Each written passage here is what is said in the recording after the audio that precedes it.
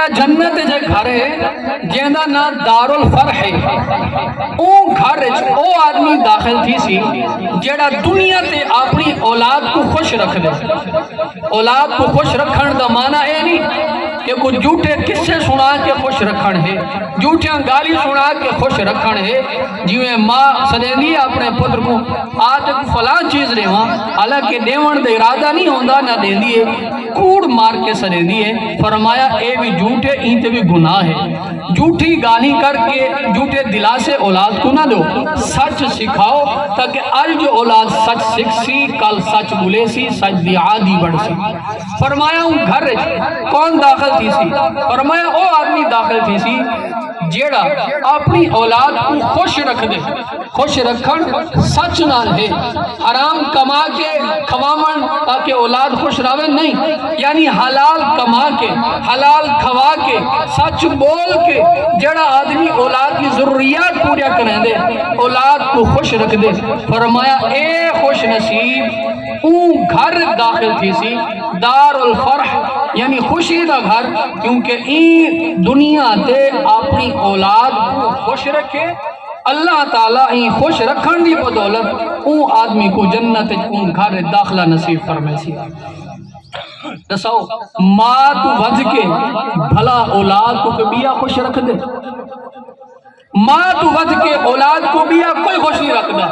ماں اپنی خواہشات، اپنی ضروریات، اپنی من چاہی چیزوں کو چھوڑ کے اولاد واسطے وقف کر دے دیئے تاکہ میری اولاد کھاوے، میری اولاد پاوے، میری اولاد خوش رہے۔ اپنا جگارہ، اپنی نیند، اپنی آرام قربان کر کے اولاد دوتے لا دے دیئے، اولاد تے وقف کر دے دیئے۔ ایک صحابی رضی اللہ تعالیٰ عنہ نبی صلی اللہ علیہ وسلم کو حاضر تھے۔ اے اللہ کے رسول صلی اللہ علیہ وآلہ وسلم، میرا ارادہ ہے میں کہیں جہاد پہ بڑھنا چاہنا، میں کوئی اجازت دو، میں تھوڑے کو مشورہ گھنا۔ فرمایا اچھا تیری ماں زندہ ہے؟ فرمایا جی۔ عرض کی ہاں ماں میری زندہ ہے۔ فرمایا ماں کی خدمت کر، فالزی ماں کو لازم پکڑ، ماں کی خدمت کر، کیونکہ اللہ تعالیٰ نے جنت کو ماں دے قدمے تلے رکھے۔ ماں دی خدمت کر۔ بلکہ نبی صلی اللہ علیہ وسلم نے ایک وظیفہ دسی، اساں رزق دے بڑے، مال دی کثرت دے بڑے متلاشی ہیں، اور ہر آدمی چاہتے میرا مال ود ہونے، میرا روپیہ پیسہ ود ہونے، لیکن این دے واسطے نجائز ذرائع استعمال کرنے ہیں۔ مال ودھاون دی خاطر، اپنا زمین ودھاون دی خاطر، اپنے عہدہ منصب ودھاون دی خاطر نجائز ذرائع استعمال کرنے ہیں۔ تو کیوں نہ اسا اون ذریعے کو استعمال کروں جیڑا ذریعہ مال ودھاون دا، رزق ودھاون دا نبی صلی اللہ علیہ وآلہ وسلم نے ساکو دے سے۔ وہ کیا ہے؟